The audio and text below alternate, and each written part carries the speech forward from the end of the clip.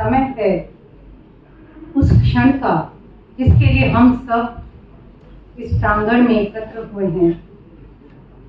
ज्ञान वह दीप है जो स्वयं जलकर समस्त जगत को आलोकित करता है।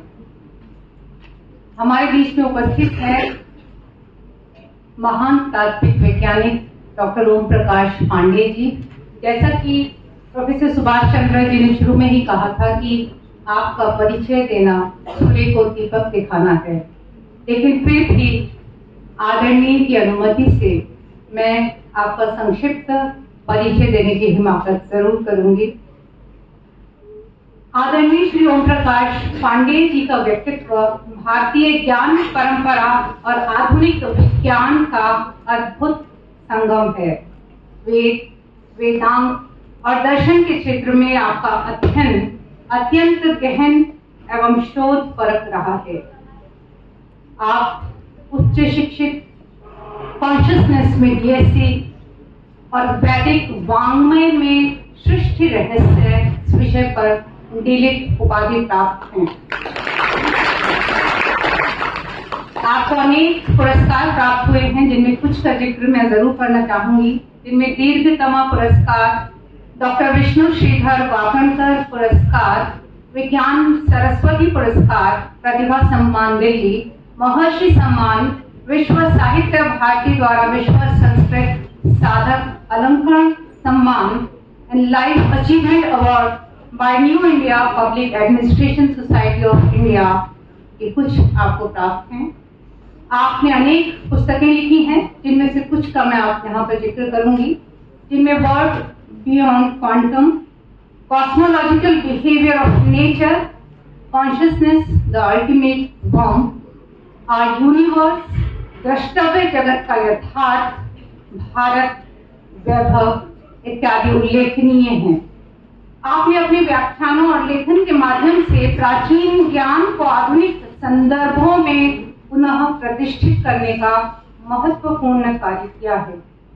आपके विचारों में केवल सिद्धांत ही नहीं अपितु जीवनोपयोगी दिशा एवं राष्ट्र निर्माण की स्पष्ट दृष्टि भी परिलक्षित होती है। जहां परंपरा और विज्ञान का संगम होता है, वहीं से नव चेतना का उदय होता है। ऐसे विद्वान व्यक्तित्व का हमारे मध्य होना हम सभी के लिए अत्यंत गौरव एवं प्रेरणा का विषय है। एक बार पुनः जोरदार तालियों के साथ। और मैं आदरणीय डॉक्टर ओम प्रकाश पांडे जी से विनम्र निवेदन करती हूँ कि वे मंच पर पधारे और अपने अमूल्य विचारों और यशस्वी उद्बोधन से हम सबको लाभान्वित करें।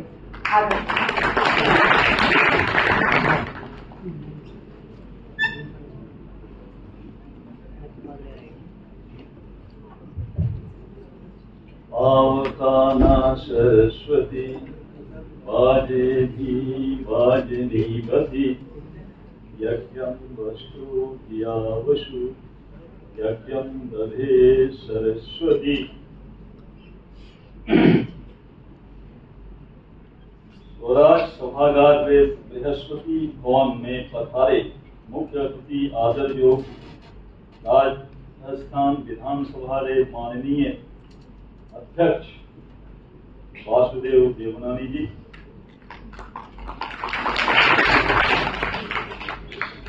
शिक्षा, संस्कृति और समाज के विकास में बेजोड़ भूमिका निभाने वाला महर्षि दयानंद सरस्वती विश्वविद्यालय अजमेर का स्वनाम धन्य कुलपति आदर योग प्रोफेसर सुरेश कुमार अग्रवाल जी,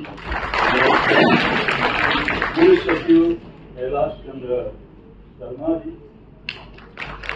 प्रोफेसर सुभाष राव जी, अभिवादन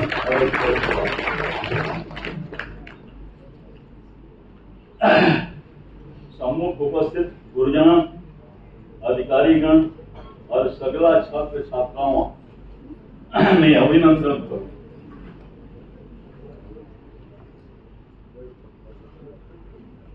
आज मने घणो वर्ष है कि अरावली पहाड़ी तारागढ़ पहाड़ियां श्रीखाल माते स्थित राजस्थान सिरमौर ऐतिहासिक नगरी अजय नेहरू यानी अजमेर और तीर्थ गुरु पुष्कर जी रे मैनू दर्शन लाभ मिले।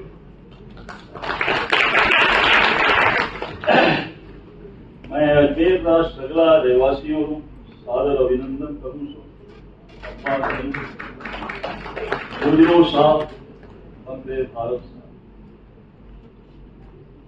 यहाँ सामने बैठे कुछ लोग को मैं जानता हूँ। सूरजमल राव जी बैठे हुए हैं, आपकी श्रीमती जी, तो मिसेस रोशनजीत जी, हमारे कमांडेंट साहब बैठे हुए हैं, सुरेश निर्वाल और उनकी धर्मपत्नी,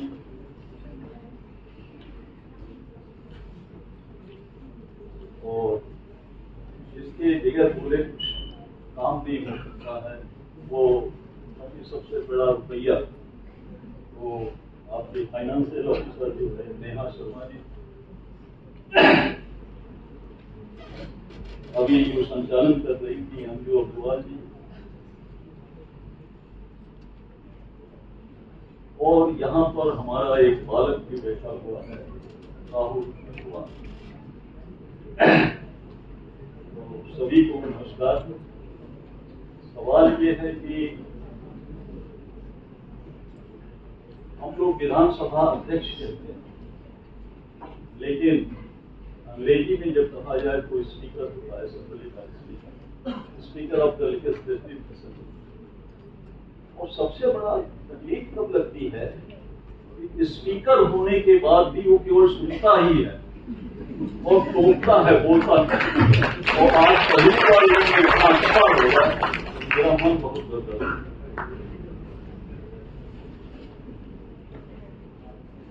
ओम के विषय में इन्होंने कहा, मैं वहीं से शुरू करता हूं।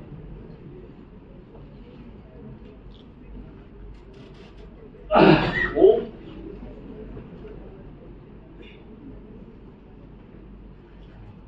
एक ध्वनि है, और सबसे पहले मैं आपको ये बताऊं कि आकाश या ब्रह्मांड आपको नहीं सुनता। यहाँ पर अभी स्पीकर साहब बोल रहे थे, वो आप लोग उसको भी आप लोग नहीं सुनते। क्यों नहीं सुनते? क्योंकि हमारे कान में जो ये लिवर है, यहाँ पर ध्वनि जाती, और ध्वनि जाने के बाद जो इनर ईयर है, जो हमारा अंतिम कान का अंतिम है, उसको हम लेबर्थिन कहते हैं, साइंस की भाषा में, एनाटॉमी की भाषा में। और वो टेम्पोरल बोन जो है कान में, वो शंखनुमा, और उसकी जो लास्ट हड्डी है उसको स्टेप्स कहते हैं। तो जब हम ध्वनि उच्चारण करते हैं तो ये जाती है और उस स्टेप से टकराती है और स्पार्क होने के साथ साथ कंपन होता है। वो कंपन जो है आपके सेंसरी ऑर्गन ब्रेन का रिसीव करता है, और ऑटोमेशन में with in the friction of second उसको ट्रांसलेट करके आपको बताता है कि हिंदी में बोल रहे हैं, राजस्थानी में बोल रहे हैं या अंग्रेजी में बोल रहे हैं। तो क्या बोलते हैं? तो आप जो बोलते हैं उसको भी हमारे कान नहीं सुनते, हमारे कान कंपन को, वो फ्रीक्वेंसी को। उसी तरह से ओम जो है, ओम की भी एक फ्रीक्वेंसी, और ये जो हम ओम का उच्चारण करते हैं ये गलत है। ये इसलिए गलत है कि जो ओम का उच्चारण है वो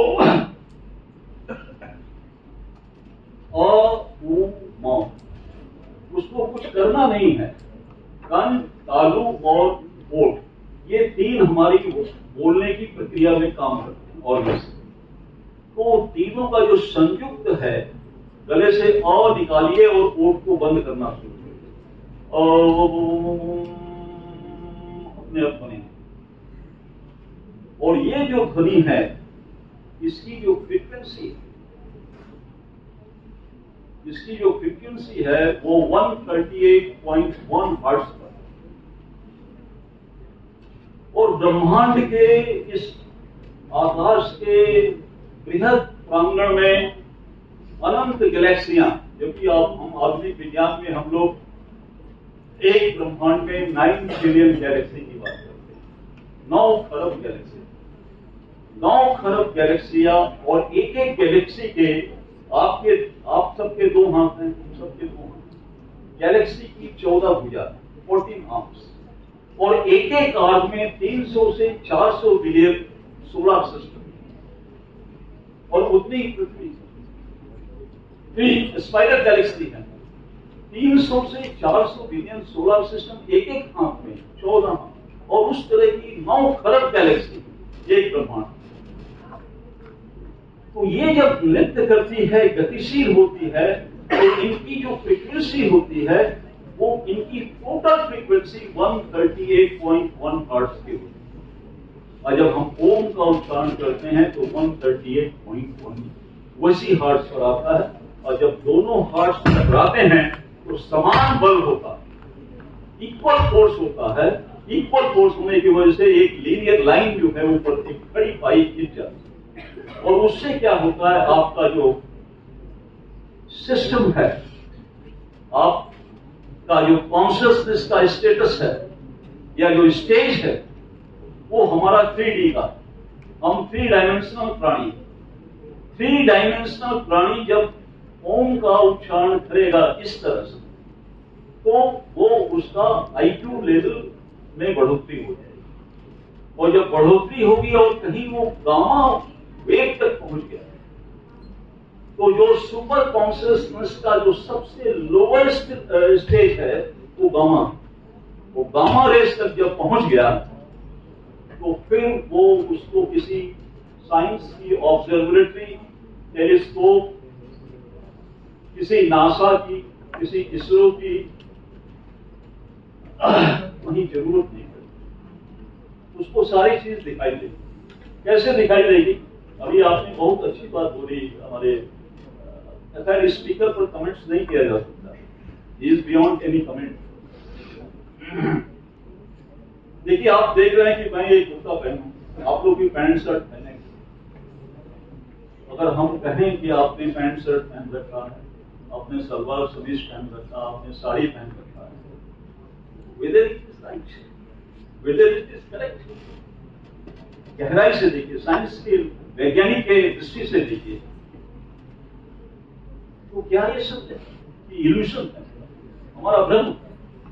क्योंकि ये कुर्ता जो है धातु से बना, अगर इसके डेप्थ में जाएंगे तो धागे दिखाई देगा, धागे के डेप्थ में जाएंगे तो आपको कपास दिखाई देगा, कपास के डेप्थ में जाएंगे तो बीज दिखाई देगा, बीज के डेप्थ में जाएंगे तो आपको पृथ्वी दिखाई देगी, पृथ्वी के डेप्थ में जाएंगे तो आपको सोलर सिस्टम दिखाई देगा, उसके डेप्थ में जाएंगे तो गैलेक्सी दिखाई देगी, उसके डेप्थ में जाएंगे, अल्टीमेटली जब जाएंगे तो आपको कॉस्मिक स्ट्रिंग दिखाई देगी। कॉस्मिक स्ट्रिंग, वो कॉटन का स्ट्रिंग नहीं, कॉस्मिक स्ट्रिंग। और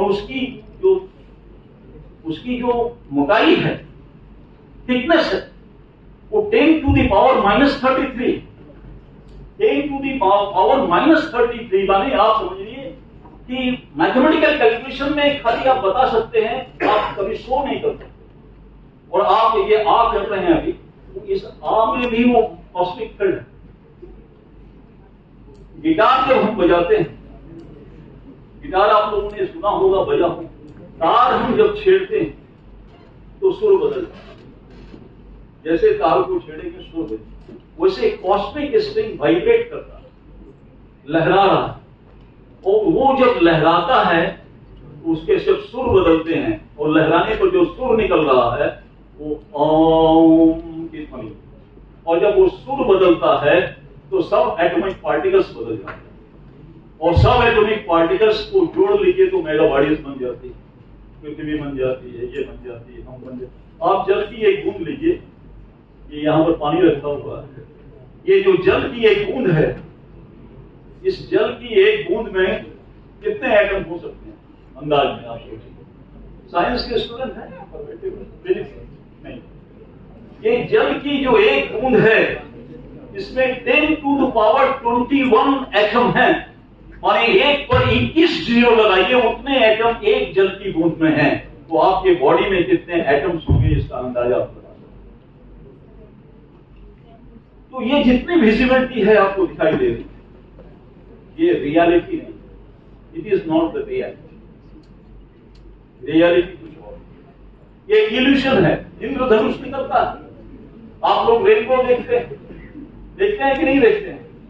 तो इंद्रधनुष बना नहीं, प्रकाश की किरणें आ रही हैं सूर्य से, और क्षितिज पर वो जो एटमॉस्फेरिक एक जोन है, उस जोन में जब पानी की बूंदें होंगी, बादल की बूंदें होंगी, उससे छन के जब आएगी तो प्रिज्म का काम करेगा, 7 कलर में डिवाइड हो जाएगा, स्पेक्ट्रम बन जाएगा। एक्चुअली वो प्रकाश है, लेकिन आप देखते हैं तो इंद्रधनुष दिखाई देगा। वो इंद्रधनुष नहीं, उसके डेप्थ में जाइए, प्योर लाइट, प्योर प्रकाश, विजिबल लाइट। तो इस तरह की सारी चीजें हैं जो हमें समझनी चाहिए, देखनी चाहिए। और मैं इसमें बहुत सारी चीजें बता सकता हूं, लेकिन अब हमारे सुभाष जी ने एक बात और कही कि हमारे यहाँ गायत्री मंत्र का उच्चारण होता है, मैं सुन रहा था और आप लोग सभी करते हैं, अच्छी बात। गायत्री को महामंत्र कहा, लेकिन आप जानते हैं गायत्री का समय क्या है? उनके लिए पीरियड है, टेक्निक पीरियड है पर्टिकुलर। सूर्य जब आपके लेवल से, जो आपका लेवल है, आपका जो क्षेत्र है, उससे सूर्य जब क्या कहते हैं कि 2890 किलोमीटर नीचे की तरफ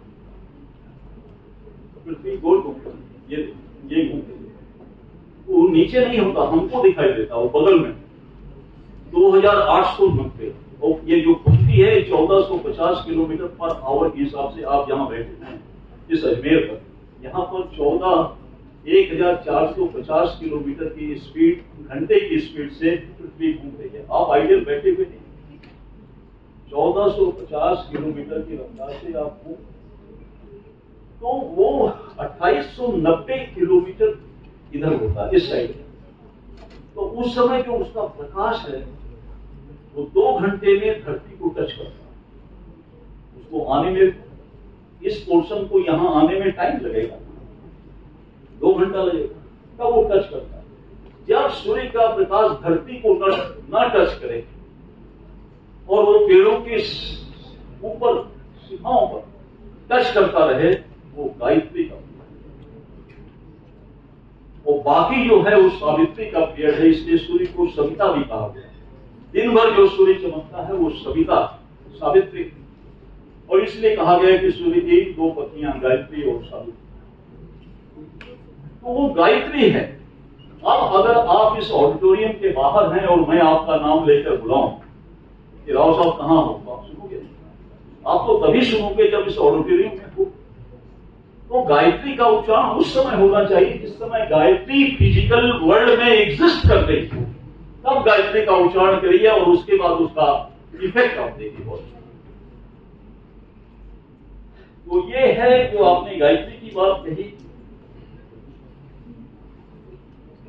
अब वेद जो है क्या है, तो मैं आप लोगों की बात को रिपीट कर रहा था। वेद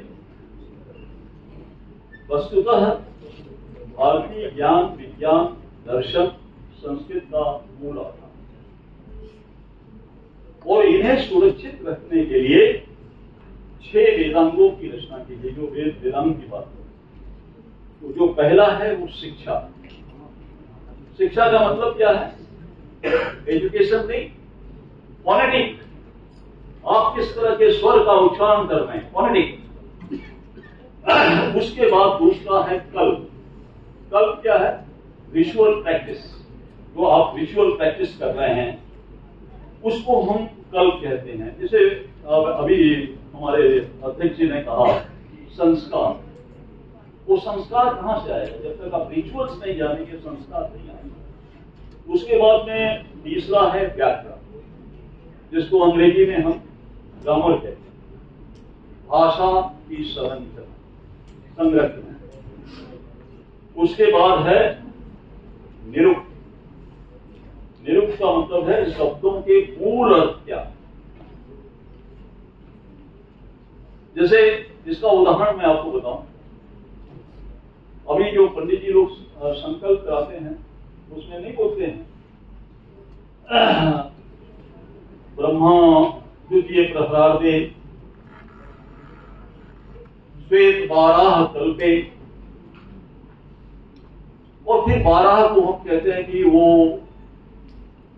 पिग, सुअर जैसा। 12 मतलब सुअर नहीं, 12 क्या, 12 आहारा इति 12, ये निरुक्त ने कहा, ये यास्क ने इसका वर्णन किया।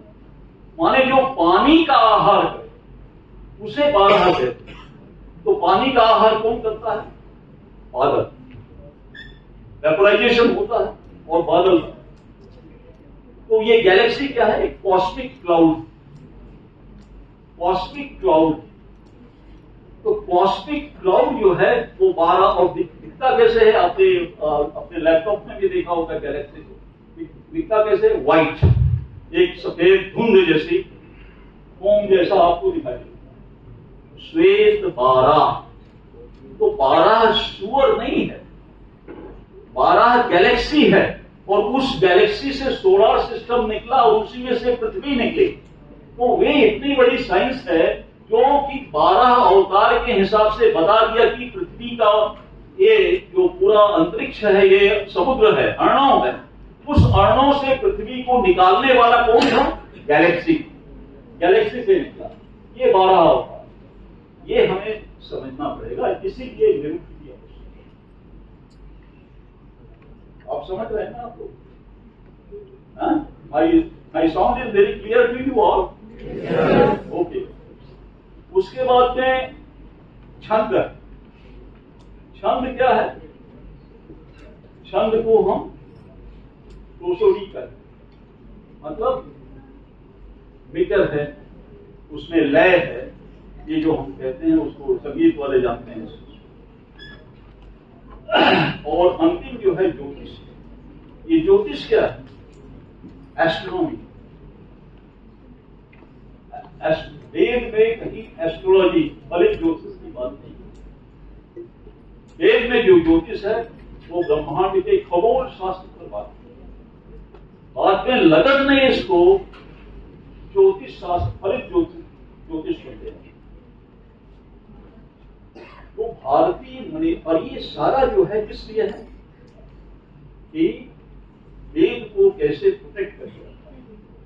ये 6 वेदांग बनाए, और भारतीय मनीषा ने इस सनातन ज्ञान की परंपरा को जो खादी है, जिसमें अभी आपने कहा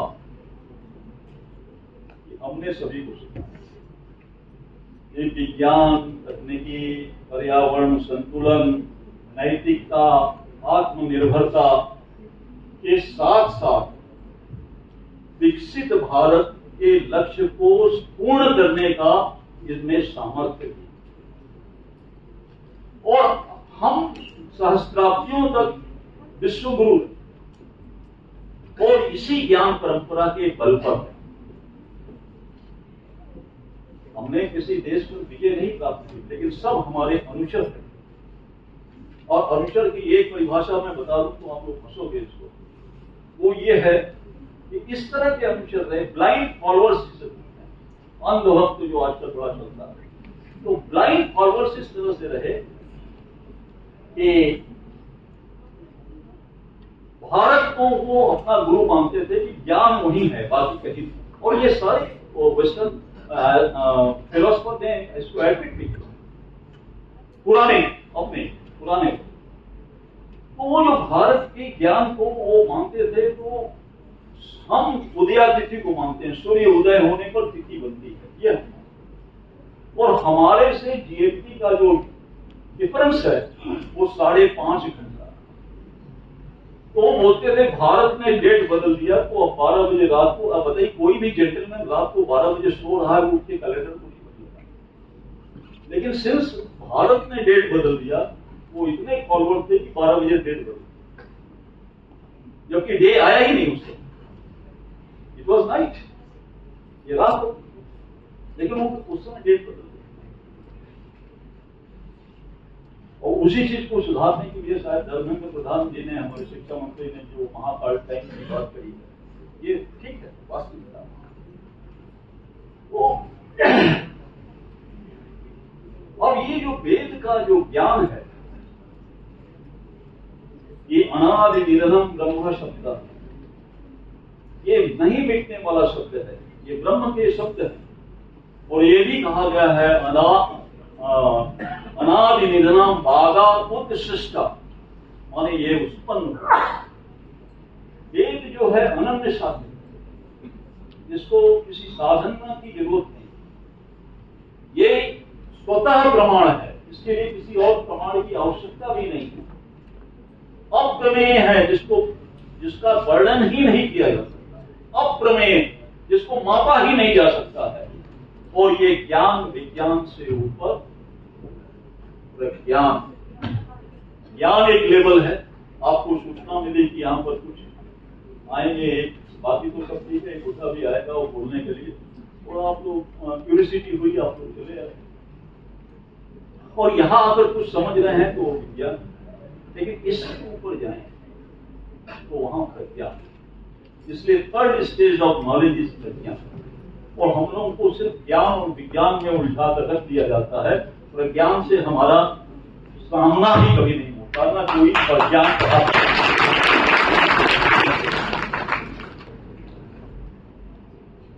वो सात जो ऋषि थे, वो जो ध्वनि निकल रही थी ब्रह्मांड से, जिसकी अभी मैंने बात की, वो जो ध्वनि निकल रही थी, जो तरंगित हो रही थी, उसको उन्होंने सुना।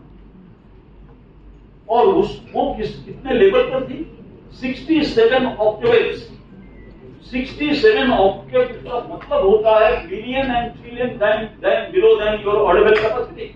आपके कान की सुनने की क्षमता से इतने किलो।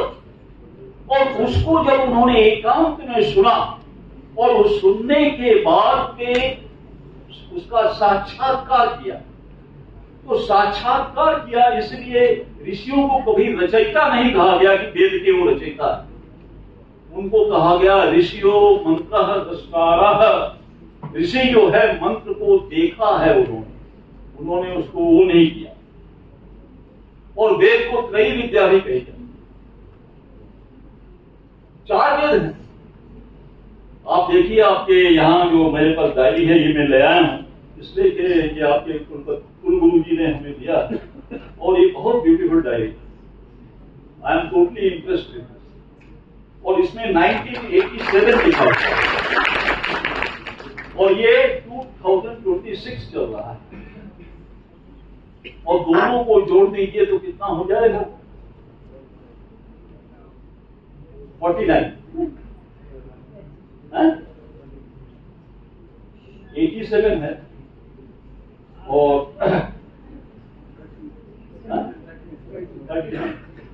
39 हो जाएगा। और ये अब 26 चल रहा, तो हो गया 40। और जब 40 हो गया तो वेद भी 4 है। चतुष्टय इदम सब, वो 4 चतुष्टय, 4 पुरुषार्थ होते हैं, 4 आश्रम होते हैं, 4 वर्ण होते हैं, सब कुछ 4 में है। इसलिए चतुष्टय इदम सर्वम, तो वेद भी 4 है, लेकिन कहा गया है त्रयी। इसलिए बहुत सारे लोग कहते हैं कि ये जो अथर्ववेद है, जिसके विषय में आपने कहा अध्यक्ष जी ने, वो कहा बाद की रचना है। वेद को कही दिल्ली यजुर्वेद, ऐसा नहीं। त्रयी विद्या इसलिए है कि उसके हर वेद के मंत्र के 3 अक्षर, क्या कहते हैं, आप 3 रूप से उसकी व्याख्या करते हैं। 3 रूप से उसकी व्याख्या, आदि भौतिक माने मटेरियल साइंस में आप उसकी व्याख्या कर सकते हैं। आदि देवी माने एनर्जी लेवल में भी उसकी आप व्याख्या कर सकते हैं, और आध्यात्मिक स्पिरिचुअल लेवल में भी उसकी व्याख्या कर सकते हैं। आधिदैविक और आध्यात्मिक तीनों अर्थ निकलते हैं एक मंत्र एक साथ, इसलिए त्रयी विद्या। दूसरी बात है कि पद में भी है, गद्य में भी है और गीत में भी है, इसलिए भी ये त्रयी है। और इसको व्याख्या करने के लिए, वेद को समझने के लिए, आप लोग वेद पढ़ रहे होंगे, आप पढ़ा रहे होंगे वेद को समझने के लिए, उसके आधिभौतिक नॉलेज को समझने के लिए, उसके आदि दैविक डेप्थ को समझने के लिए, उसके आध्यात्मिक डेप्थ समझने के लिए आपको 3 ग्रंथों को जरूर पढ़ना चाहिए। पहला है ब्राह्मण ग्रंथ आधिभौतिक डिफिनेशन देता है। दूसरा है अरण्यक जो आदि दैविक डिफिनेशन बताता है, और तीसरा है उपनिषद जो आध्यात्मिक उपनिषद। जब तक आप इन तीनों को नहीं पढ़ेंगे वेद के अर्थ को समझना मुश्किल है, क्योंकि वेद व्याकरण में नहीं। वेद किसमें है? वेद व्याकरण में नहीं, क्योंकि बच्चा जब पैदा होता है, आप लोग भी जब पैदा हुए थे, हम भी जब पैदा हुए, उस समय हमें कोई वस्त्र नहीं पहनाया गया, न मुझे मेरे आंख में काजल। पैदा होने के बाद वस्त्र पहनाया जाता है, काजल लगाया जाता है जब साल 6 महीना का हो जाता है। तो ये सब अलंकरण है, ग्रामर इज अलंकरण, जो बाद में पहनाया गया। जिस समय वेद हुए उस समय कोई अलंकरण नहीं थी, इसलिए व्याकरण के आधार पर वेद आप नहीं समझते। व्याकरण, अगर वेद को समझना है तो आपको ऋषि बनना है, ऋषि मतलब रिसर्चर बनना है। और वेद कैसे समझेगा? तो उस समय जब आप वेद को समझना चाह रहे हैं, क्योंकि वेद जो है, वेद का अल्फाबेट ही आप लोगों को शायद बताया नहीं गया होगा। वेद जो है 64 अल्फाबेट में लिखी हुई है। संस्कृत कितने अल्फाबेट में है? 42 या 44, और वो 64 अल्फाबेट में लिखी है। मैं संस्कृत यूनिवर्सिटी में भी जाता हूं तो बोलता हूं संस्कृत के विद्वान वेद का अर्थ कभी करेंगे, क्योंकि वो 64 अल्फाबेट में। आप बोलेंगे कैसे है? तो पेंड्रियास नाम का एक वैज्ञानिक था, 1964 में उसने पहली बार ध्वनि को सुना उसके रेडियो रिसीवर, और उस रेडियो रिसीवर को इनलार्ज करते करते 30 इयर्स लगे। 1996 में जाकर उस ध्वनि को समझा, और जो सूर्य की जो प्रकाश आ रही है, 7 रंग है। आप देखिए कि आपकी सांस जब चलती है तो एक आवाज निकलती है। आप जब पिन ड्रॉप साइलेंट में बैठे हैं तो आपको एक आवाज उसमें से सुनाई देगी, सोहम सोहम की एक आवाज। आपके ब्लड सर्कुलेशन जब चलते हैं, जब हार्ट पेशेंट हम लोग तो हैं, इको कराते हैं तो उसमें घाव ढेच की एक ध्वनि निकलती है। तो जहां गति होगी वहां ध्वनि निकलेगी। पंखा चलेगा तो ध्वनि निकलेगी, कहीं भी गति होगी तो ध्वनि निकलेगी। और सूर्य का प्रकाश जो आ रहा है वो 1 सेकंड में 3 लाख किलोमीटर प्रकाश की गति, 1 सेकंड में 3 लाख। वो कितनी स्पीड से आ रहा है, तो वहां भी ध्वनि होगी, एमिट होगी, साउंड डेफिनेटली एमिट देयर। लेकिन वो साउंड बहुत लो पिच पर होती है, इसलिए हम 20 डेसिबल से नीचे नहीं सुन पाते, हम नहीं सुन पाते हैं। उनको उन्होंने 30 इयर्स लगाए 16 डेसिबल पर लाए, और 16 डेसिबल पर जब लाए तो ध्वनि क्या है? इंग उंग रिंग लिंग, ये 7 ध्वनि, अनुस्वार और विसर्ग, ये 7 ध्वनियां निकल गई।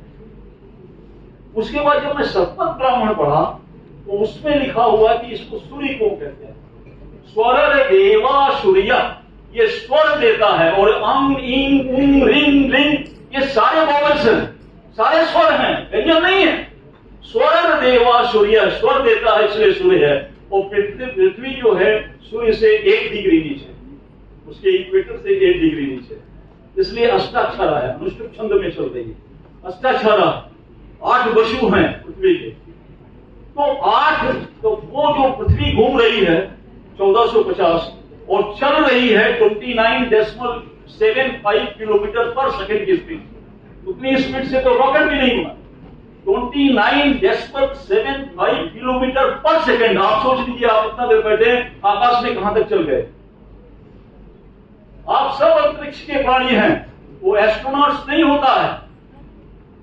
ये धरती के ऊपर, धरती कहां चल रही है? आकाश में चल रही है कि नहीं चल रही?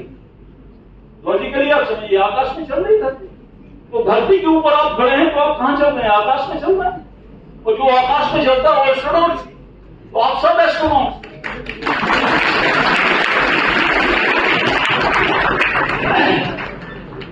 तो वो जो 29.78 किलोमीटर पर सेकंड की स्पीड से चल रही है पृथ्वी, और तो उसमें से 8 वाइब्रेशन निकल रहे हैं, 8 प्रकार के कंपन निकल रहे हैं, और वो 7 प्रकार की कंपन वहां से आ रहे हैं। 7 और 8 का मल्टीप्लिकेशन हुआ तो कितना होगा? 7 into 8 56। और मूल क्या है? 7। 56 प्लस 7 कितना हुआ? 7 63। एक चंद्रमा से भी रिफ्लेक्टेड रोशनी आ रही, इसलिए उसके आधार पर हम लोगों ने चंद्र बिंदु की कल्पना की। जो चंद्र बिंदु हम लगाते हैं तो 64 अल्फाबेट में भेद बनाया गया, और 42 अल्फाबेट, 44 अल्फाबेट वाला या 26 अल्फाबेट वाला कैसे भेद?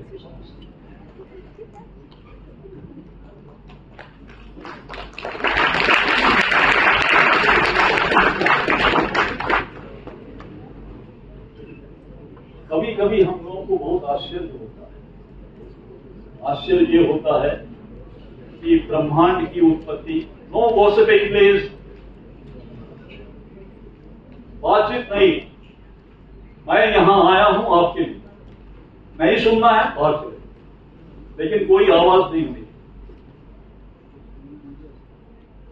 और मैं एकदम परमिट नहीं करता हूं आवाज को, क्योंकि you are disturbing others who are interested to listen to the things.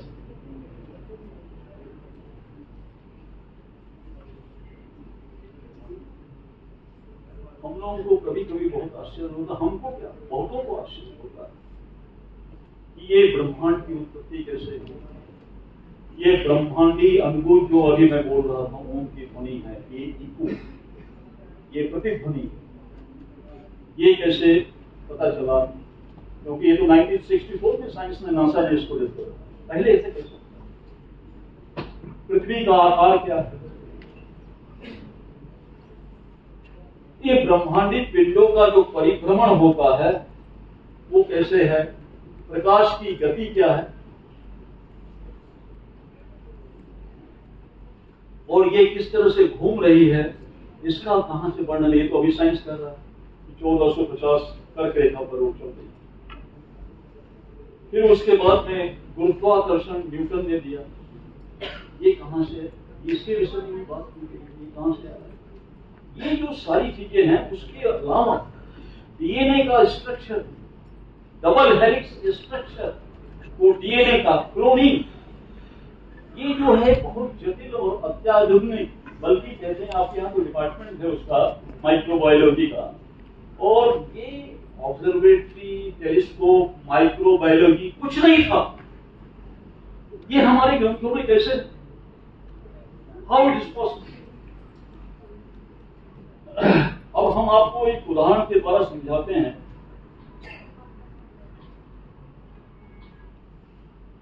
हम आपको एक उदाहरण के द्वारा कुछ उदाहरण,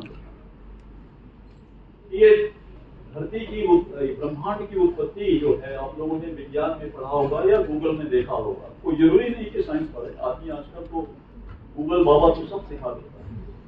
आजकल अब प्रोफेसरों की जरूरत नहीं है, ये तो एक एक्स्ट्रा तनख्वाह ले रहे हैं। बाकी ये क्या पढ़ाते हैं आप लोगों को, तो वो हाथ में जो है उससे सब आ जाता है, तो सारा ज्ञान यहाँ। तो कोई जमाना था जब हम गुरु, इसलिए हम गुरु को अवॉइड करते, क्या पढ़ाएगा तो तेरे क्लास नहीं, उसके क्लास में भी नहीं जाते हैं, तो कोई गूगल होता आपके साथ। तो एक बिग बैंग हुआ आज से 13.8 बिलियन ईयर्स पहले, एक बिग बैंग हुआ था, ये आप लोग सब जानते हैं। और वो बिग बैंग में जब विस्फोट हुआ तो 10 billion trillion degree Celsius temperature, कितना था? 10 बिलियन, 10 अरब खरब डिग्री सेल्सियस टेम्परेचर। यहाँ 45, 46, 47 आ जाए तो हालत था। हमारे सब कुछ, हमारे ठोस कुछ था ही नहीं, सब पिघला हुआ।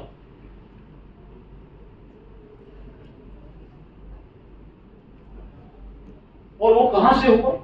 कॉस्मिक एग, जिसको बोलते हैं कॉस्मिक एग। कॉस्मिक अंडे से। हमारे यहाँ ऋग्वेद के 10वें मंडल का 121वां सूक्त है, गर्भ संवर्त अग्रे भूतस्य जातः पतिरेक आसीत्। वो हृदय गर्भ है, उससे सारा भूत माने सारा भौतिक पदार्थ। और 10 बिलियन ट्रिलियन मनुस्मृति क्या कहती है? मनुस्मृति कहती है ततः अंडम अभवत् सहस्त्रम अंशु संप्रभम। हजारों सूर्य के जैसा प्रकाश था, इतना अग्नि, कितना तेज था। ये क्या भी करता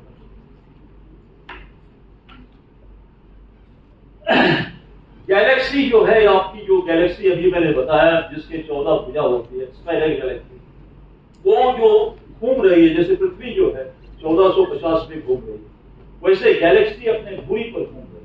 और धुरी पर क्या स्पीड है? 200 to 260 किलोमीटर पर सेकेंड। 200 to 210 to 260 किलोमीटर पर सेकेंड की स्पीड से घूम रही है। और अथर्ववेद क्या कह रहा है? अब देखिए, ये हम आज आधुनिक विज्ञान में हम कहते हैं, आज अथर्ववेद क्या कह रहा है? चक्राणि चक्राणि भुवनानि विश्व। ये भुवनों के साथ, ब्रह्मांडों के साथ ये पूरा विश्व चक्र के वापिस घूम रहा है। ये अथर्ववेद के 19वें अध्याय का 53वें सूक्त का 50 विदाउट एनी ऑब्जर्वेशन।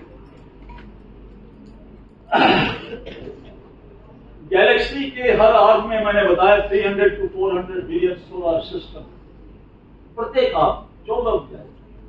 और वो ऋग्वेद का 8वें मंडल का 17वें सूक्त का 5वां मंत्र क्या कहता है? तो आप उसको सुनिए। यज्ञ दाव इंद्र ते शतम शतम भूमि पुत सहस्त्रम सहस्त्रम सूर्य।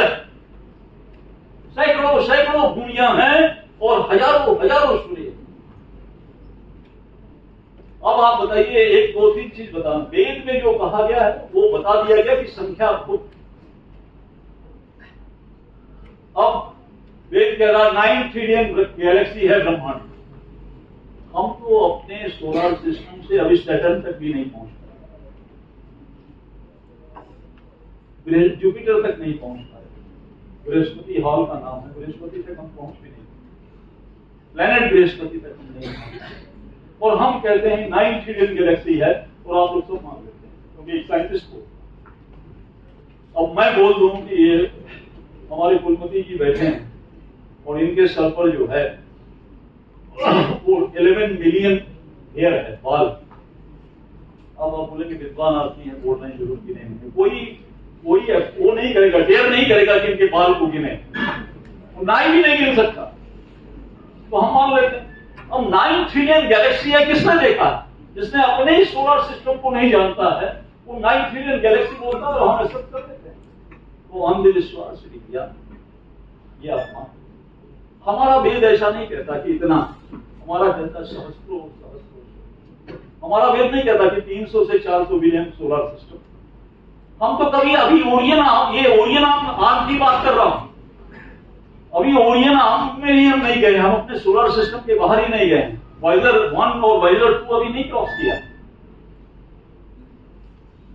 तो हम बोलते और हम लोग मान लेते हैं। वो जो डॉक्टर है, जो बायोलॉजिकल डॉक्टर है, MBBS किया हुआ डॉक्टर, आप उसके पास जाइए तो वो क्या करेगा? आपको देखते ही क्या करेगा? पहले तो आपको एक लिस्ट बना देगा, बोलेगा ये टेस्ट, पहले तो पूछेगा आपको क्या प्रॉब्लम क्या, फिर उसके बाद एक लिस्ट बनाएगा, प्रॉब्लम्स बताएगा, आप लिखेंगे और सारा टेस्ट लिख देगा, 10-15 टेस्ट। अब आपके अजमेर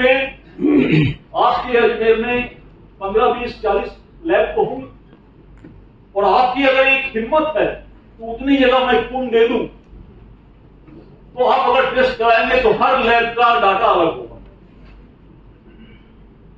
हर लैब का डाटा। लेकिन आप एक ही जगह कराते हैं और उसके डाटा में कितनी एक्यूरेसी है वो तो आपको नहीं मालूम, और डॉक्टर उस पर विश्वास कर लेते।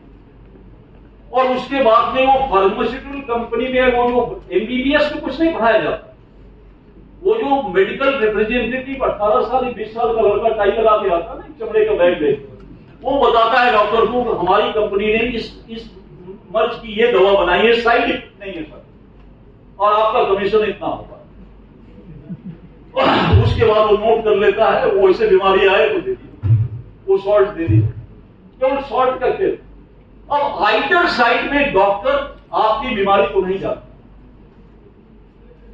और अध्यक्ष जी हमसे सहमत हो गए, हमारे यहाँ का एक, हमारे गांव, हमारे जिले का एक, हमने उनको देखा है, बचपन में हमने उनको देखा है, सौभाग्य हमने देखा था। जंत्री प्रसाद नाम के एक वैद्य, वो स्त्रियों को छूते थे, वो एक लाठी रखते थे। उस समय उनकी उम्र 60 के करीब, जिस समय हम जो, तो वो छड़ी पकड़ा देते, बेटी जरा पकड़ो तो, वो उसका हाथ नहीं देखते थे, नाड़ी नहीं देखते थे, छड़ी, और वो छड़ी पकड़े 2-3 मिनट देखते थे। अच्छा बिटिया ये बताओ, परसों दिन खिचड़ी खाई थी रात को, और फिर उसमें मट्ठा भी और दही भी डाल के खाई, हमारा बात बिगड़ गया। अब बोला हाँ खाई थी। अब बताइए ये टेक्नोलॉजी कहाँ, क्योंकि वहां बैठ उसकी बॉडी का निरीक्षण कर रहा है और फिर दवा अपने हाथ से बना के दे रहा है, किसी फार्मास्यूटिकल कंपनी का नहीं देना। तो वो असर करेगा जो डॉक्टर दूसरे पर डिपेंडेंट होकर आपको दवा लिखता है। वो ये सारी चीजें हैं, ये हमें समझना चाहिए कि विज्ञान में भी कितना अंधविश्वास है। मैं उसकी बात कर रहा हूं, वैज्ञानिक होने के नाते के बाद भी मैं बात कर रहा हूं। रियलिटी क्या है? अब देखिए, दूसरा यह है कि बाइबल में एक लिखा हुआ है, जेनेसिस में, अर्थ इज फ्लैट, ये पृथ्वी चपटी है, और आपको भी लगता होगा चपटी, लेकिन किसी लंबे मैदान में आप खड़े हो जाएं तो कुछ दूर के बाद आपको दिखाई नहीं देगा, समझेंगे कि वहीं पृथ्वी है, क्योंकि गोल वहां कर्व हो रही। तो उन्होंने कहा अर्थ इज फ्लैट। अब कोपरनिकस ने और गैलीलियो ने कहा कि पृथ्वी गोल। हमको वही पढ़ाया जाता, प्राइमरी में वही पढ़ाए होंगे कि क्या कोपरनिकस ने बताया पृथ्वी गोल। अब ज्योग्राफी में पढ़ाया जाता है, और ज्योग्राफी की हिंदी क्या है? भू। अब आपको कोपरनिकस की जरूरत है, वो खुद ही बोल रहा है भूगोल, सब्जेक्ट बता रहा है, लेकिन हमारा माइंड सेट कॉलोनियल है। हम बोलेंगे नहीं, कोपरनिकस ने बताया।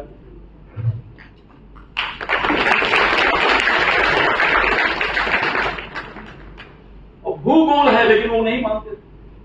अब उन्होंने गैलीलियो को मृत्युदंड दे दिया, लेकिन गैलीलियो का क्लासमेट जो है उस समय पोप था वेटिकन सिटी का, उसने वो मृत्युदंड को आजीवन कारावास में कन्वर्ट कर दिया दोस्त के वजह से। और ऋग्वेद का 10वें मंडल के 149वें सूक्त का पहला मंत्र अगर आप पढ़ेंगे तो क्या है? सविता यंत्रे पृथ्वी अर्मणा। सविता वही मैंने कहा ना, सूर्य का नाम। सविता यंत्र के माफिक पृथ्वी को घुमा रही है।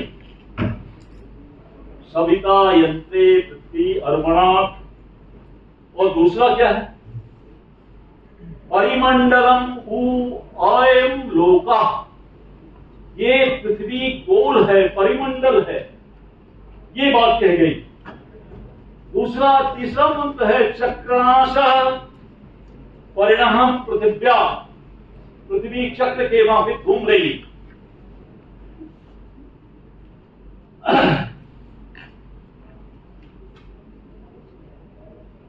अब ये जो लाइट की स्पीड मैंने बताया, 1 सेकंड में 3 लाख किलोमीटर।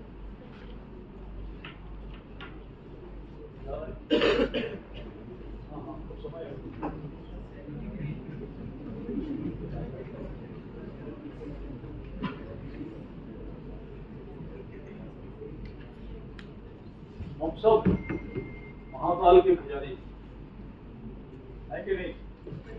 ये कौन कहा था भी, अदिति कह शिव सबके बाद हम महाकाल के। काल हमारे लिए कुछ मतलब नहीं रखता।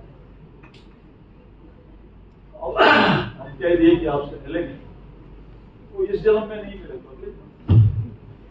पत्नियां 7 जन्म पति का इंतजार करती हैं, वही मिलेगा। पति भी सोचता है कि वही आएगी। हाँ? हम तो वो अनंत जन्मों वाला खेलते हैं। तो इसलिए हमारे लिए काल कोई मतलब नहीं है, क्योंकि महाकाल भी गुजर और उनका तो 80-85 साल की जिंदगी है, 1 लाइफ। तो वहां पंचुअलिटी है, हमारे यहाँ रिस्पॉन्सिबिलिटी है। क्यों? अनंत जन्म। और ये बच्चे बैठे हैं, तो तुलसीदास ने एक चौपाई है कि बर्रे बालक एक स्वभाव, जैसे बर्रे जो डंक मारता है या बालक जो है वो एक ही स्वभाव, कुछ नहीं करेंगे तो प्लेट लिए रहेंगे, आराम से कुशल को थोड़ा सा कट कर चले जाएंगे। लेकिन अगर उनके अंदर ये बोध हो, रिस्पॉन्सिबिलिटी हो कि I have to come again to sit here, मैं इसी बेंच में इसी कुर्सी पर आकर बैठूंगा, तो कभी शायद नहीं करेंगे। तो भारत रिस्पॉन्सिबिलिटी सिखाता है कि तुम्हारा पुनर्जन्म है, पृथ्वी को बिगाड़ कर मत जाओ, तुम ही आओगे, इसलिए पृथ्वी ठीक नहीं। उनका एक ही जन्म है, कुछ भी करके चले जाओ। वो पंचुअलिटी पर विश्वास है। और हमारा सिस्टम टोटल वेस्टर्न मॉडल है, इसलिए अध्यक्ष जी को जाना पड़ा, क्योंकि वहां पर समय की हम तो समय को विश्वास नहीं। अमेरिका में आप होते तो लेट आते तो चपरासी वहीं रोक देता, वाइस चांसलर को कि जाने की जरूरत नहीं होती, बोला you are late, sorry sir, increment आपको लेट। या मेरे को 1 घंटा का आधा घंटा का समय दिया था, कुल सचिव ने कहा कि sir you can extend whatever you want. ये अमेरिका में परमिट नहीं है सर, 15 मिनट है, 15 मिनट के बाद पीछे से आएगा संचालक, और संचालक को बहुत पावर होती है। जो संचालन करता है वो अध्यक्ष से ज्यादा पावर होती है, क्योंकि कब पर्ची पकड़ा दे, कब किसको बैठा दे, कब किसको खड़ा कर दे, वो उसके ऊपर।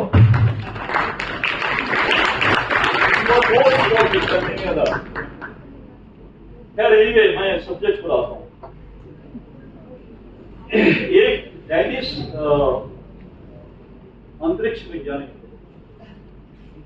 एस्ट्रोफिजिस्ट ओले उमर, उन्होंने ये लाइट की स्पीड को 1676 में उन्होंने बताया 3 × 10⁸ कब बताया? 1676 में बताया। ऋग्वेद के 3य मंडल के 53वें सूक्त में के 8वां मंत्र जो है वो ये कहता है, again you are started gossiping.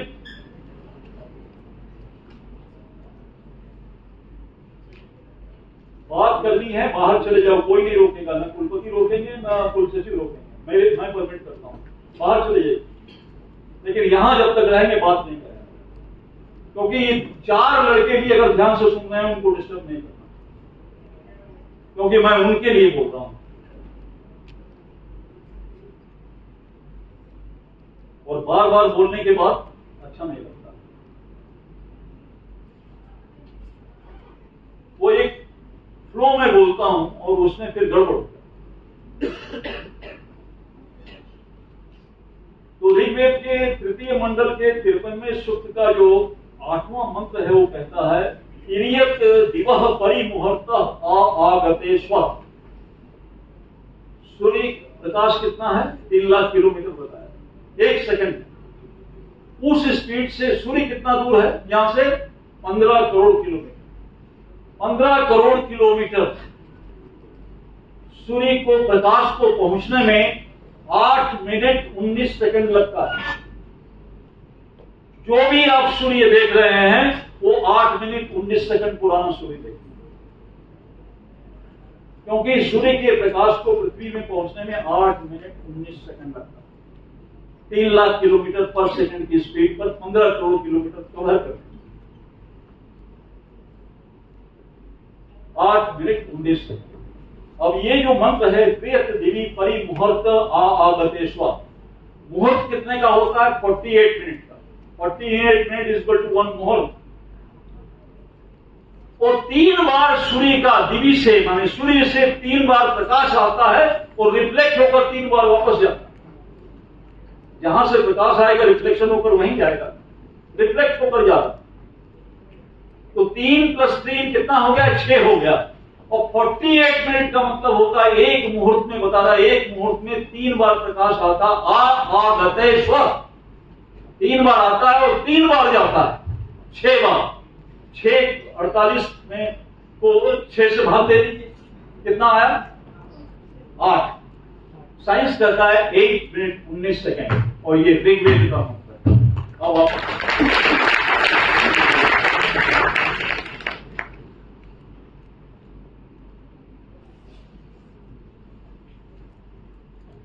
ये जो विजिबल लाइट है, जिसकी अभी बात मैं कर रहा था कि रेनबो में विजिबल लाइट है, वो रेनबो में कन्वर्ट होगा।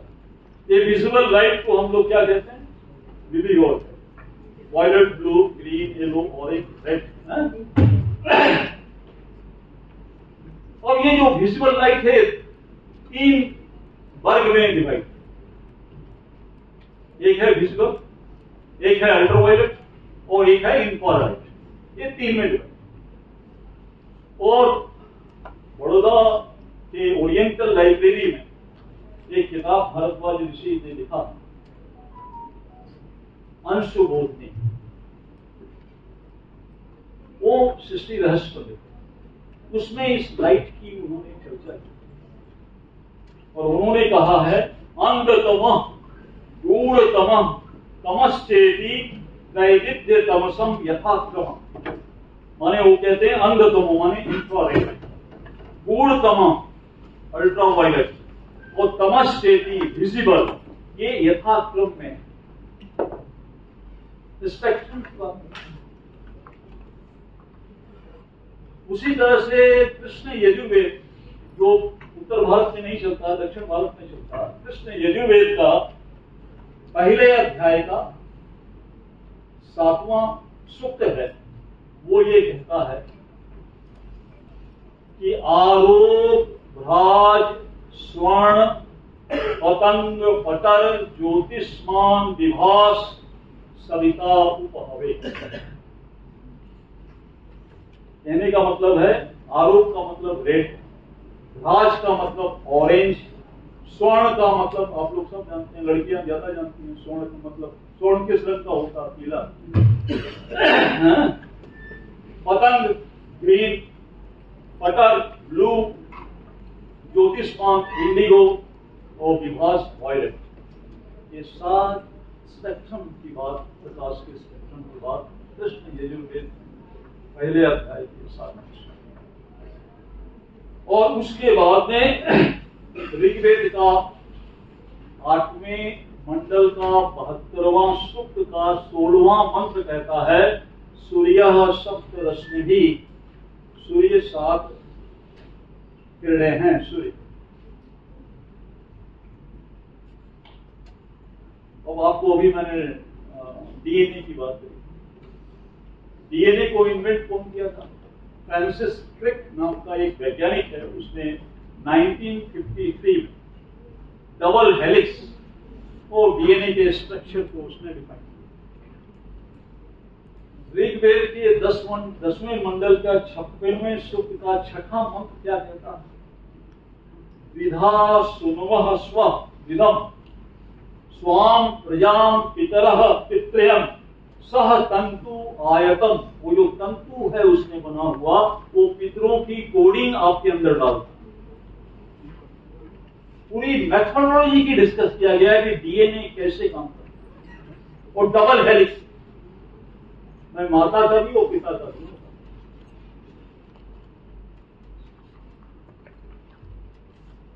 क्लोरीन की अभी मैंने बात करी थी,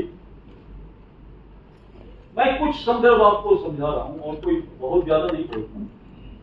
क्लोरीन की हमने बात करी थी कि माने जीव का प्रतिरूप बनाना, उसी को क्लोनिंग कहते हैं। कि आपके राव जी हैं, इन्हीं का चेहरा एकदम ऐसे ही और क्रिएट कर दिया, आपकी वाइफ भी कंफ्यूज हो गई, सही में गलत होता।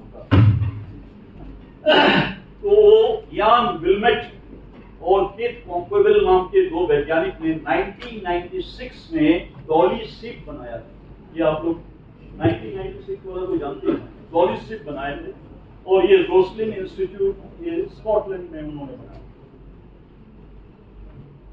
अब इसको विषय में ऋग्वेद के चौथे मंडल के 29वें सूक्त का चौथा और 5वां मंत्र ये कहता है, यद सम वत्सम ऋभो अभरम चमसा व कर इति तृण इति चतुरः कर।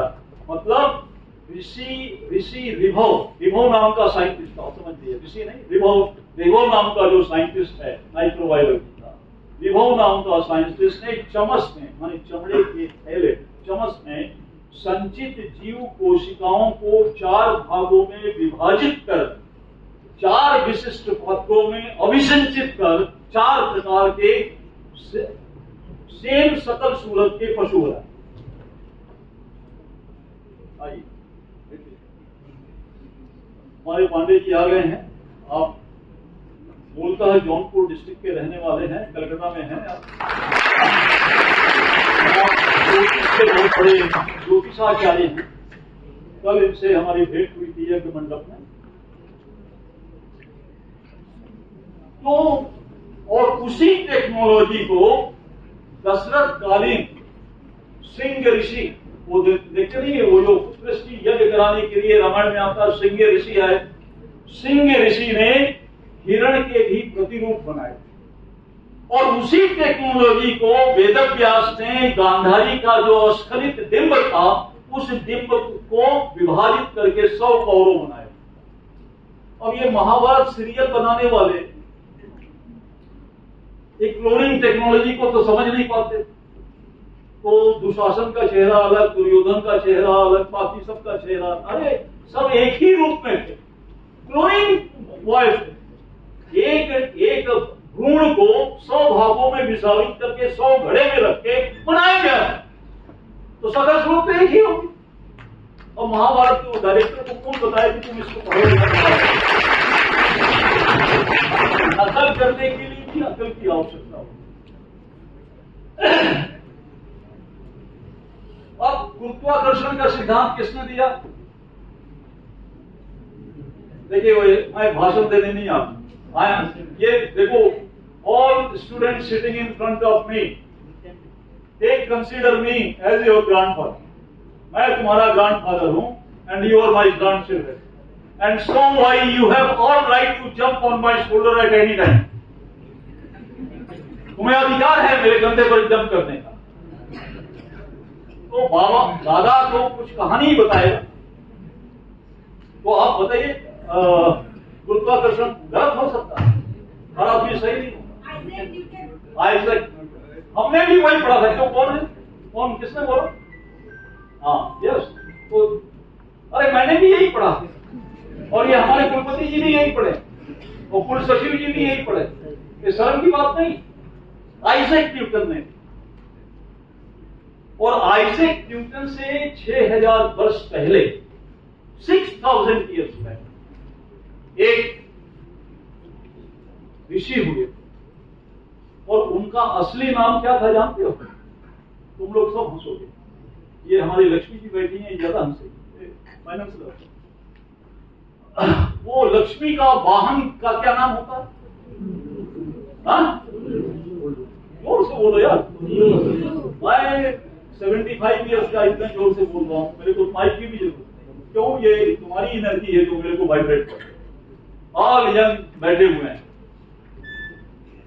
अगर बुढ़ों को जवान होना है तो मैं कहूंगा कि युवाओं के पास बैठ जाए। डेली आधा घंटा युवा के पास बैठो, आप जवान हो। am I right? तो थोड़ा चीज करना चाहिए अगर राइट है तो।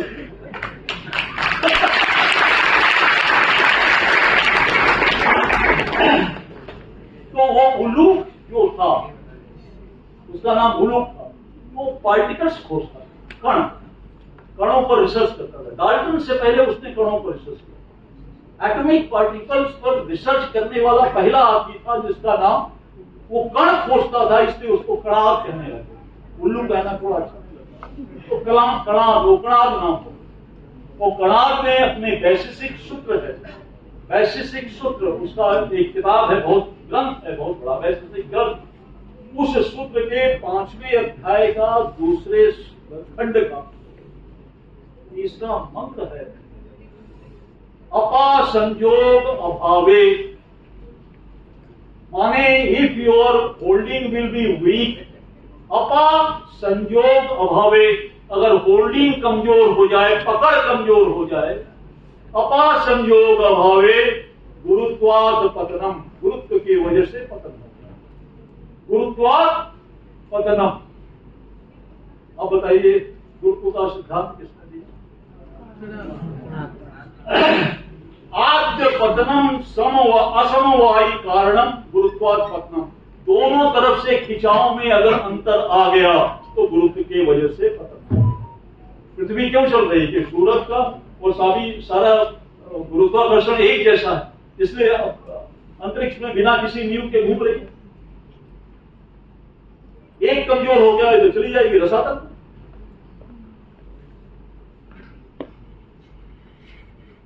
तो अगर दोनों बल में एक बल कमजोर हो जाएगा तो गुरुत्व की वजह से पतन। आप समझ गए मेरी बात?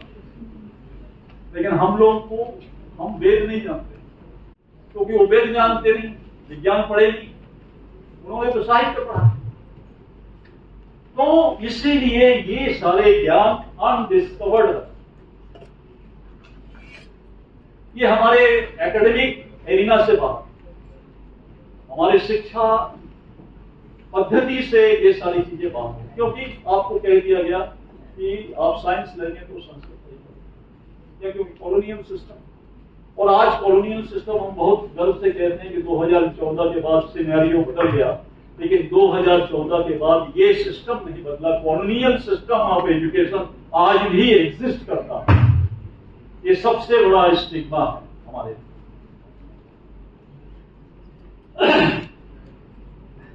तो अब आप एक छोटी सी चीज बता, ज्यादा नहीं लूंगा क्योंकि आप लोग बोर हो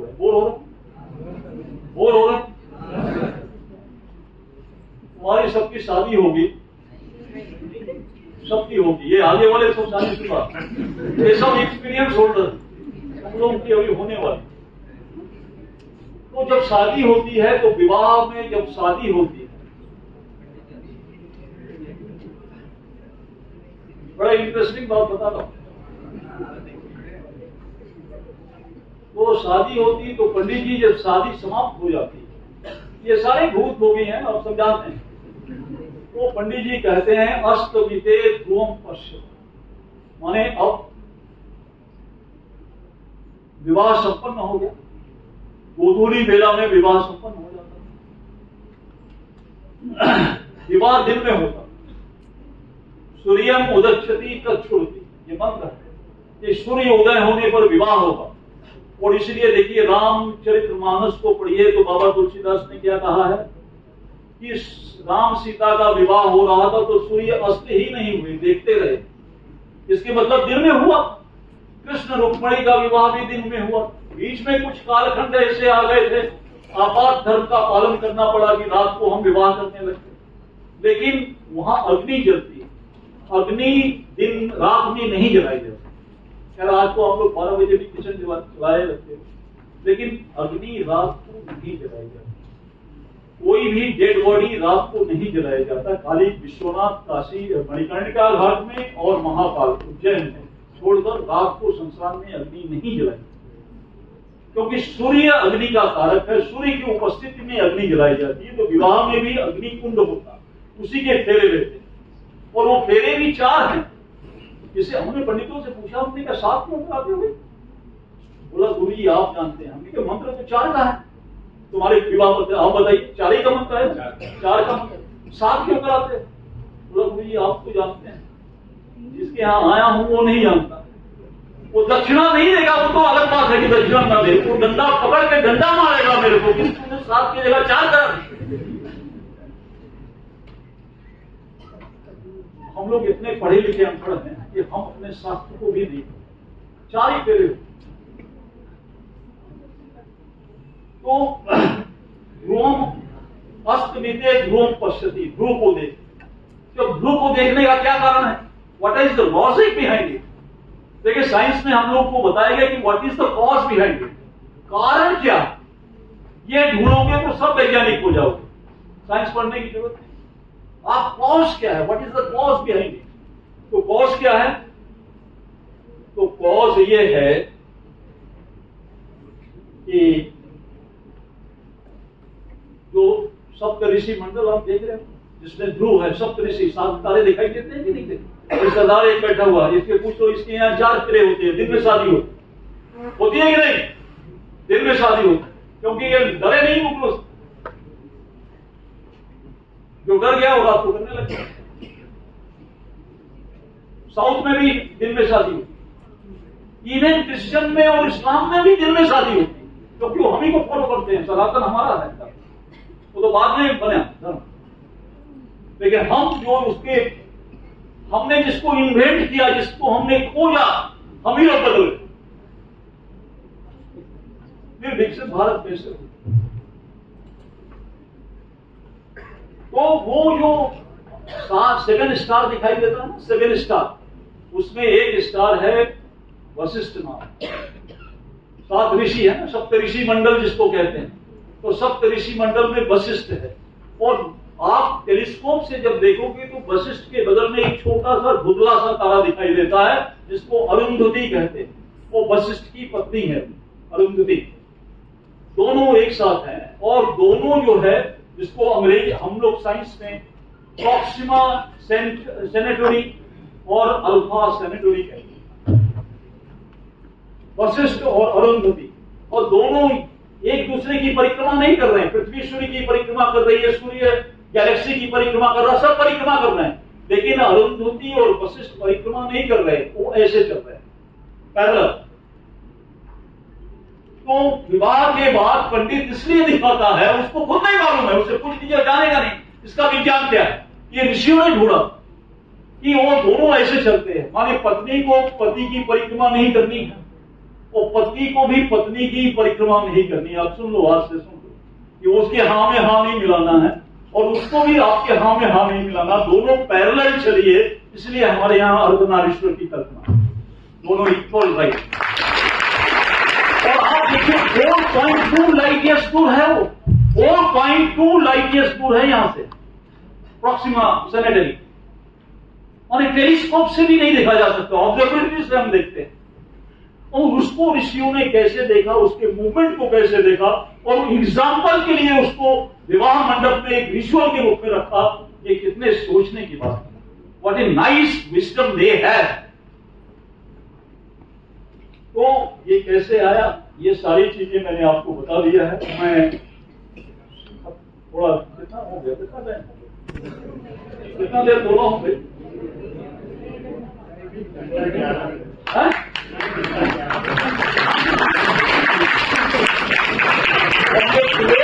आज 1 घंटा 11 मिनट हुआ है, इसके मतलब ये अपनी बॉडी में एग्जिस्ट कर रहा है। ये 3D डायमेंशन में था। 3 डायमेंशन का मतलब है कि डेप्थ, ब्रेथ एंड हाइट। तो हमको जब तक बॉडी का भान होगा, तब तक हम टाइम और स्पेस में, जिस समय हम बॉडी ही नहीं महसूस होगी, इतने ध्यान से अगर लेक्चर सुनेंगे तो आपको बॉडी नहीं महसूस होगी, टाइम भी नहीं महसूस होगा कितना बीत गया। क्योंकि जब बॉडी नहीं महसूस होगी कि मेरी बॉडी है कि नहीं है, तो आप टाइम और स्पेस से भी बाहर हो गए। और जब टाइम और स्पेस से बाहर हो गए तो सीधे आप प्रज्ञा में पहुंच गए, चेतना के लेवल में। लेकिन पुलिस वाला है ना, हमेशा बॉडी पे करता। तो इसकी जरूरत नहीं है। मैं 2-3 चीजें आपको कहना चाहता हूं। ये हम आचार्य, ये लोग जितने बैठे हैं, ये जो सामने बैठे हैं आचार्य, तनख्वाह ले रहे हैं, ठीक है, लेकिन कहिए कि आपका ट्रांसफॉर्म कर देंगे, आपका रूपांतरण कर देंगे, ये quite impossible. This is quite impossible. कोई किसी का रूपांतरण कर ही नहीं सकता। क्यों? एक अंडे को ले लो, एक अंडे को ले और उस अंडे को तोड़िए तो जीवन नष्ट। और जब अंडा अपने से टूटता है तो जीवन उत्पन्न होता है। तो अपने भीतर से आप जब तक नहीं निकलोगे, तब तक आप ट्रांसफॉर्म नहीं। और उसके लिए मैं एक बात आपसे कह देता हूं, 8 बिलियन पॉपुलेशन है, 8 बिलियन वर्ल्ड। अब तो थोड़ा बढ़ भी गई, 8 बिलियन पॉपुलेशन, और 8 बिलियन पॉपुलेशन में पांडे जी जैसा या हमारे कुलगुरु जैसा या कुलपति जी जैसा या ये दाढ़ी रखे हुए हमारे राव जी जैसा दूसरा क्लोनिंग मिलेगा ही नहीं। आपकी कोई क्लोनिंग नहीं हो सकती है। You are unique itself. आप अद्वितीय हैं सब, और केवल रूप में ही नहीं है, शरीर में ही नहीं है, गुण में भी है, भाव में भी है। आप जैसे भाव आपके भाई का भी नहीं होगा, आपकी बहन का भी नहीं। आपके अंदर जो गुण होगा वो उसके अंदर नहीं होगा। आप सब में यूनिक हैं, आप अजूबे हैं, ब्रह्मांड के एक अजूबे हैं जो आपकी कॉपी नहीं हो सकती। इसलिए कभी रोल मॉडल मत बना। जिस दिन रोल मॉडल बना लिए उस दिन जो तुम हो वो नहीं हो पाओगे, और जो वो है वो तो होना मुश्किल है। इसलिए आप अपना रोल मॉडल बनिए। आप जहां खड़ा हो जाए नहीं से लाइन से नहीं चाहिए, अपना तो कर रहे हो। और फॉलो करेंगे तो फॉलोअर्स बनेंगे, और लीड करेंगे तो लीडर बनेंगे। इसलिए आप सब लीडर बनिए, ये मेरी आपसे प्रार्थना है।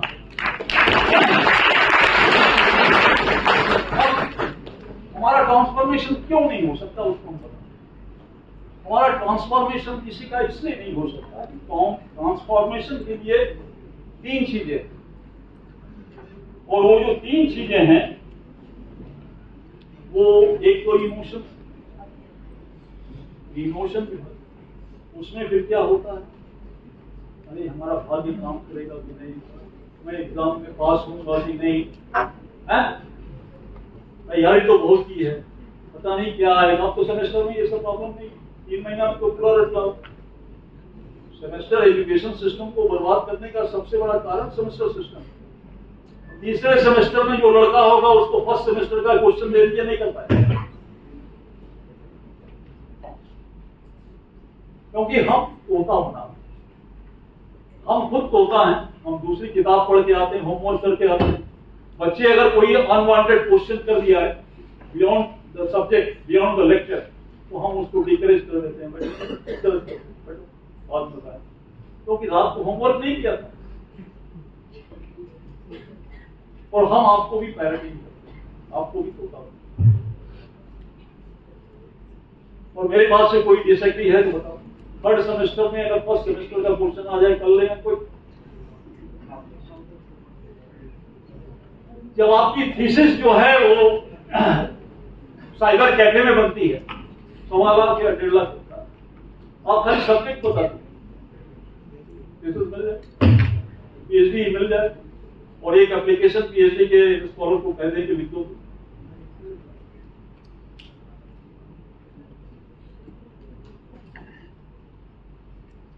तो लक है, और एक है मन बुद्धि।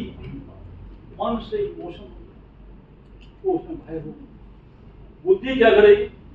बुद्धि के अंदर भय होता है, यार क्रैक कर पाऊंगा कि सिविल सर्विस क्रैक करूंगा कि, एक भय रहता है। और दूसरा जो है अहंकार। अब जब दोनों हो जाएगा, भाग्य और भय के सहारे रहोगे तो डिप्रेशन, आप डिप्रेशन आएगा। क्यों आ जाएगा?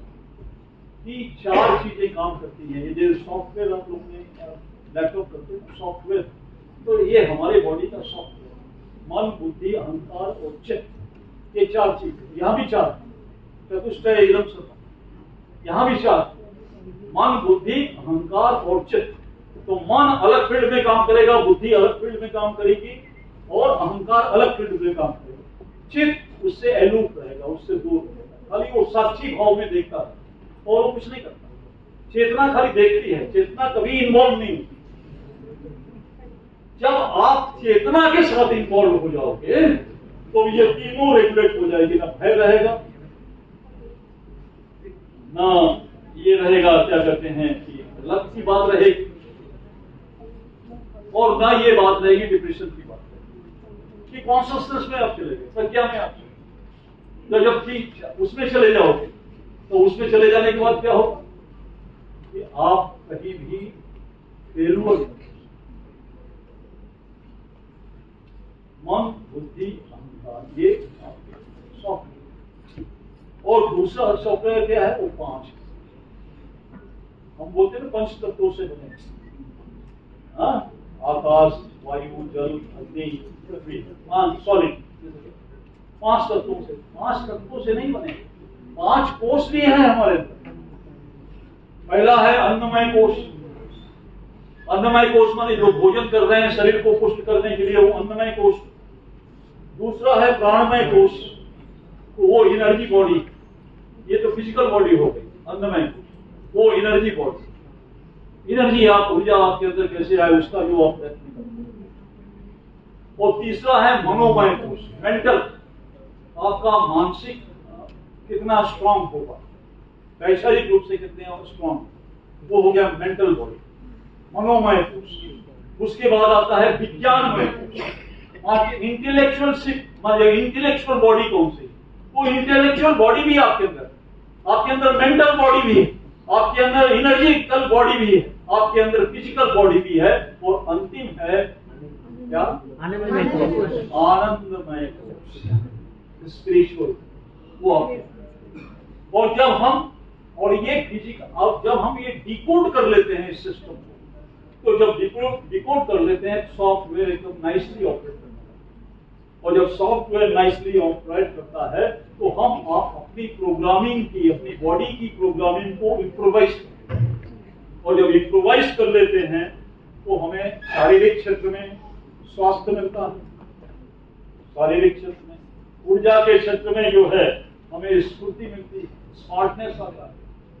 और मानसिक क्षेत्र में हमें तुष्टि मिलती है कि ठीक है, हमने जो सोचा है ठीक, कॉन्फिडेंस एक बिल्ड होता है।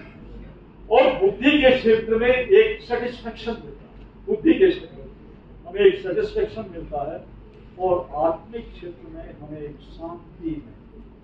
और जब ये मिल जाती है तो हम सम्यक जीवन का आनंद उठा पाते हैं और हम ट्रांसफॉर्म होते हैं, मानव से महामानव।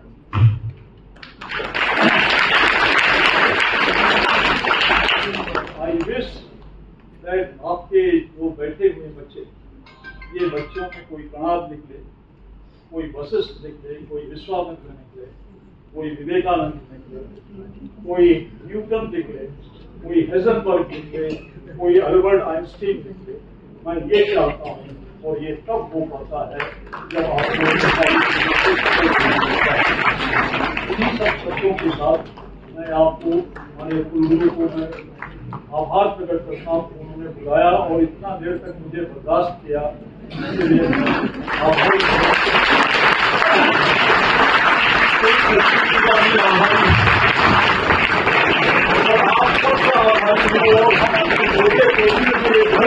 आभारी है। आशीर्वाद देते हैं कि आप जीवन में जहाँ भी जाएं, ऊंचाई पर जाएं, नीचे न आए, ये हमारी कामना है।